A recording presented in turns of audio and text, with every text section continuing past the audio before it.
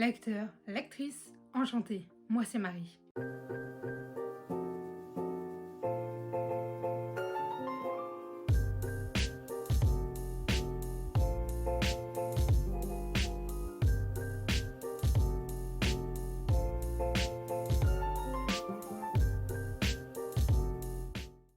Je suis très heureuse de vous retrouver aujourd'hui pour vous faire un nouvel update lecture.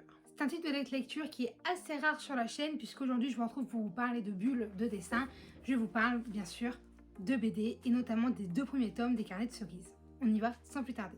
Alors les Carnets de cerises, donc c'est des BD qui sont publiés dans les éditions Soleil dans la collection Métamorphose. C'est écrit par Joris Chamblin et c'est dessiné il me semble par Aurélie Néré. Alors je vais vérifier que je ne dis pas de bêtises. C'est ça. Effectivement, la dessinatrice, du coup, c'est Aurélie Néré, si je le dis bien, j'espère. Et le premier tome, du coup, des Carnets de cerises, il s'appelle Le Zoo pétrifié et je vous en parle tout de suite. Alors, si j'arrive à faire ce que je veux, vous aurez peut-être des petits close-up, en fait, de l'intérieur de la BD, où on voit un peu mieux les planches. Écoutez, je vous dis mon avis sans plus tarder. Alors, tout d'abord, je vais vous lire le résumé qui se trouve au dos de la BD, parce que je trouve ça assez difficile de résumer une BD tout en collant à l'histoire, en fait. Du coup, je vous lis le résumé et je l'approfondis un petit peu. Il était une fois, quand j'étais petite, je me suis fait la promesse que si un jour j'avais un journal intime, il commencerait comme ça. Il était une fois, pas un mois, cerise. J'ai 11 ans et mon rêve, c'est de devenir romancière. Mon truc à moi pour raconter des histoires, c'est d'observer les gens, imaginer leur vie, leurs secrets. Voilà, et vraiment je trouve cette BD magnifiquement belle. Pour vous donner un exemple, moi j'aime bien... C'est genre cette planche là. Vous voyez, où t'as plein de dessins, mais qui est sur le fond d'un grand dessin. T'en as plein, je vais pas partir trop vers le fond. Alors au début, à chaque fois dans les BD, t'as un truc qui est un peu plus manuscrit. C'est dans toutes les BD, enfin du moins dans les 2 tomes que j'ai lus. Vous voyez, ça part d'abord un peu en roman, je pense que vous le voyez. Et après, on débouche sur les premières planches magnifiquement bien dessinées. Pour approfondir un peu plus ce résumé, donc on va suivre Cerise qui a 2 meilleures amies qui sont Lynn et Erika et qui vont l'accompagner tout simplement dans ses aventures. Et bien cette jeune fille est très passionnée par tout ce qui est secret, par tout ce qui est découverte et mystère. Et du coup en fait on va suivre ses aventures à travers ces tomes en fait tout simplement. Et en fait je trouve que les dessins rendent tellement l'histoire et l'univers magique que franchement je vous la conseille à 100%. Je suis pas forcément beaucoup BD, manga, tout ce qui est bulles, illustration, tout ça. Je préfère vraiment les romans, mais alors les BD de Carnets de cerises, vraiment c'est une petite pépite que je vous conseille. Alors parlons d'abord du tome 1. Le tome 1, à la fin de ma lecture, j'étais très contente. Alors je l'ai lu très rapidement, hein. Je crois qu'en une demi-heure ou 3/4 d'heure il était lu.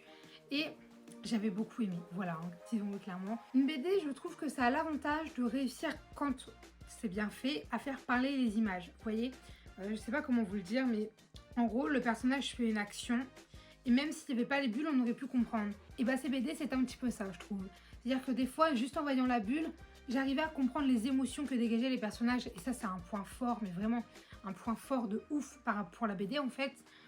Et sinon, en termes de l'histoire, je trouvais ça très chou en fait de suivre cette petite fille. Et en fait, on va suivre un carnet par tome. Puisque voilà, dans un carnet, elle va raconter une histoire, dans un autre carnet, elle va raconter une autre histoire. Et en fait, nous, on suit ces carnets. Et donc, dans ce tome 2, je ne vous spoile pas, mais dans ce tome 2, elle est en vacances d'été, juste avant sa rentrée au collège. Voilà, c'est juste pour vous situer un petit peu.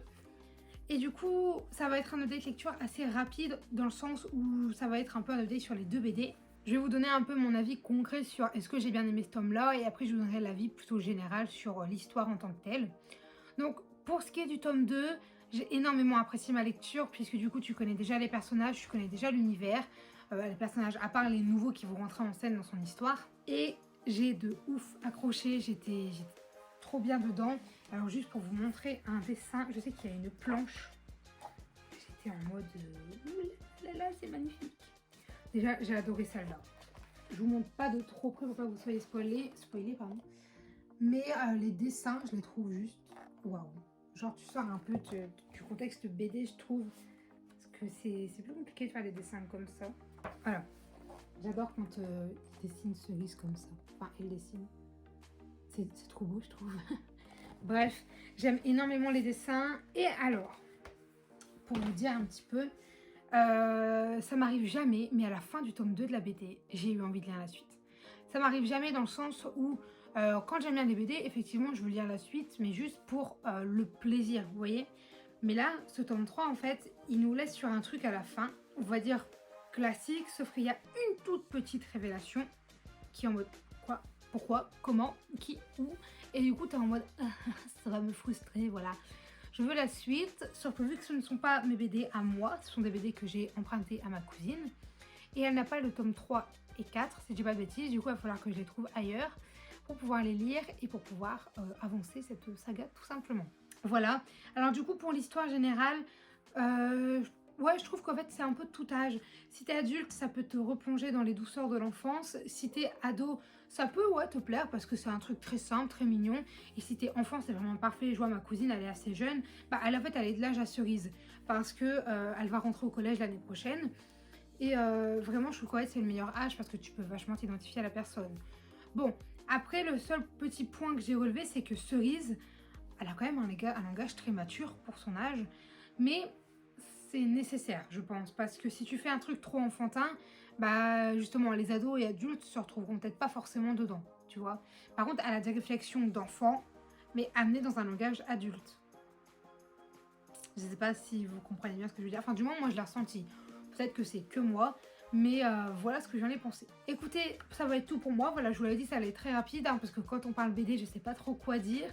Mais en tout cas, pour faire un petit résumé global, j'ai adoré, je vous conseille à 100%, peu importe votre âge, que vous aimiez déjà les BD ou si jamais vous voulez vous lancer dans les BD, peut-être commencer par là parce que c'est vraiment, si vous aimez bien l'histoire bien sûr, hein. Si l'histoire vous intrigue, allez-y parce que c'est vraiment que du bonheur. Voilà, c'est tout pour moi, j'espère que cette vidéo vous aura plu. Si jamais vous avez des remarques, des avis, des commentaires ou des conseils, n'hésitez pas à le faire dans l'espace commentaire puisqu'il est fait pour ça. Et sur ce, je vous dis à très bientôt. Allez, bye mes lecteurs!